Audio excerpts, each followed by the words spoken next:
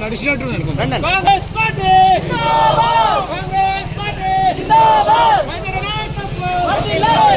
Okay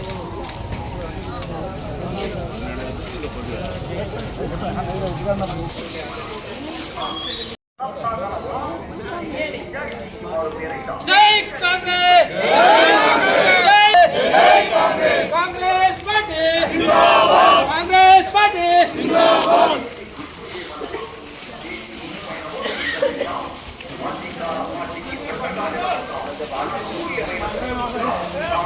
party అభ్యర్థిగా చేస్తున్నటువంటి రాములు వనిత గారికి వేసి 3వ వార్డు అభివృద్ధిలో అమూల్యమైన ఓటుముద్ర వేసి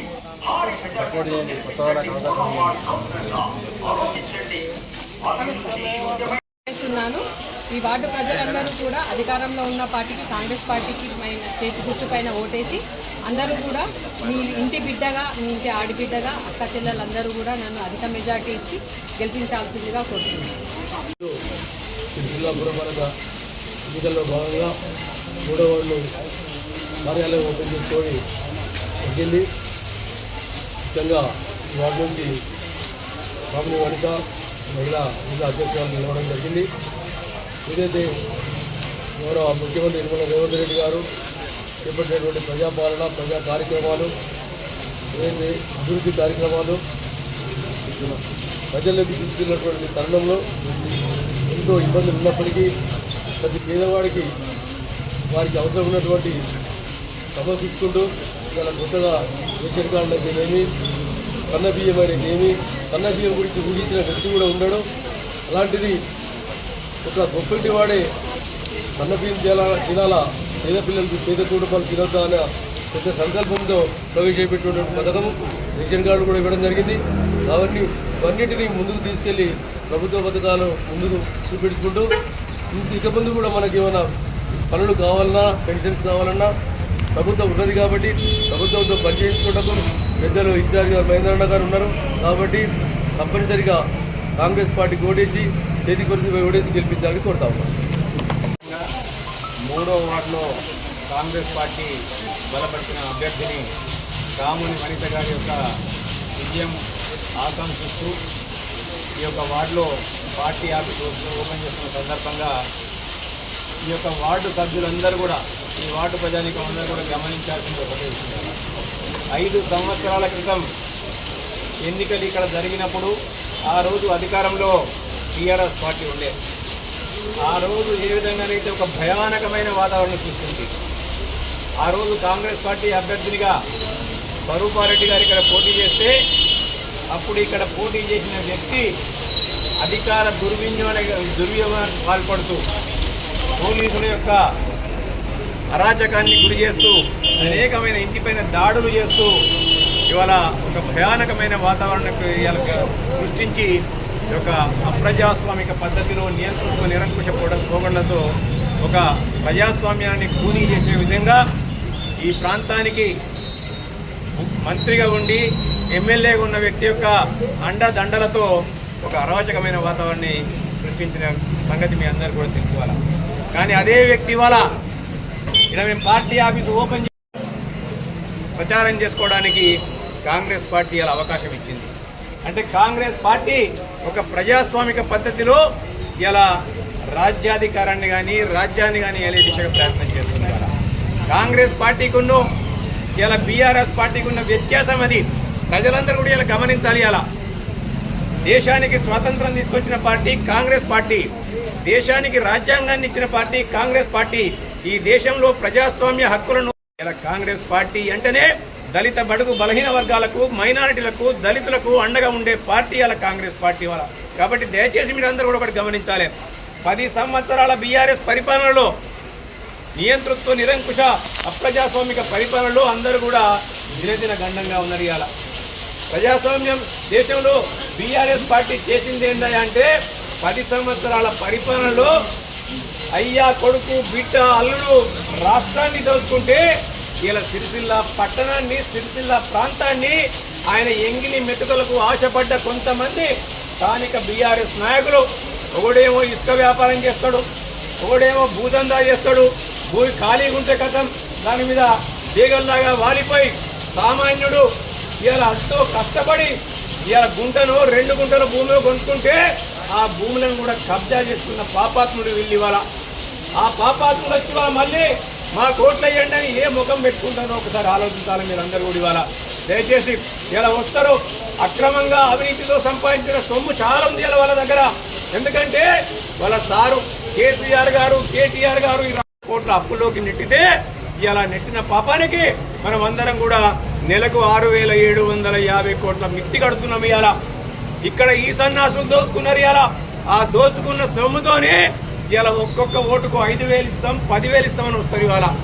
ఆ వచ్చిన డబ్బుతోనే ఇలా ఓట్లను కొనుక్కొని రేపు పొద్దుగాల మన ఆస్తులన్నీ కూడా కొల్లగొడతారు ఇవాళ. మీరు అందరూ కూడా దయచేసి ఒకటి గమనించాలి. ఇవాళ మీరు గిట్ట పొరపాటున ఇవాళ మళ్ళీ కారు గుర్తు గిట్ట ఓటేస్తే మన కొంపలు మనమే ఆడుకున్నట్టు అయిద్దని ఒకసారి గమనించాలి మీరు అందరు కూడా. ఇవాళ ప్రజాస్వామ్యబద్ధంగా ఇవాళ మేము అధికారంలోకి లేనప్పుడు కూడా ఎప్పుడు కూడా అహంకారంతో లేవు.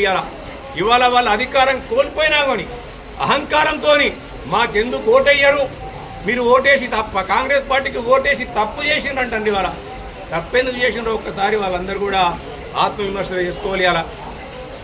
మహిళలకు ఉచిత బస్సు ప్రయాణం ఏం తప్ప అని నేను అంటుంది. 200 యూనిట్ల వరకు పేదలకు కావాల్సిన కరెంటు ఫ్రీ ఇవ్వడం తప్ప అని నేను అంటుంది. మహిళా సంఘాలకు వాళ్ళు ఎగ్గొట్టిన వడ్డీ మేము ఇవ్వడం తప్ప అని నేను అంటుంది.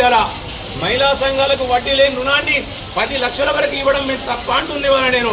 అదే ఇలా ఎవరికి ఎటువంటి లంచాలు తీసుకోకుండా సిరిసిల్ల పట్టణంలో 965 ఇళ్ళు ఇవ్వడం తప్ప అని నేను అంటుంది.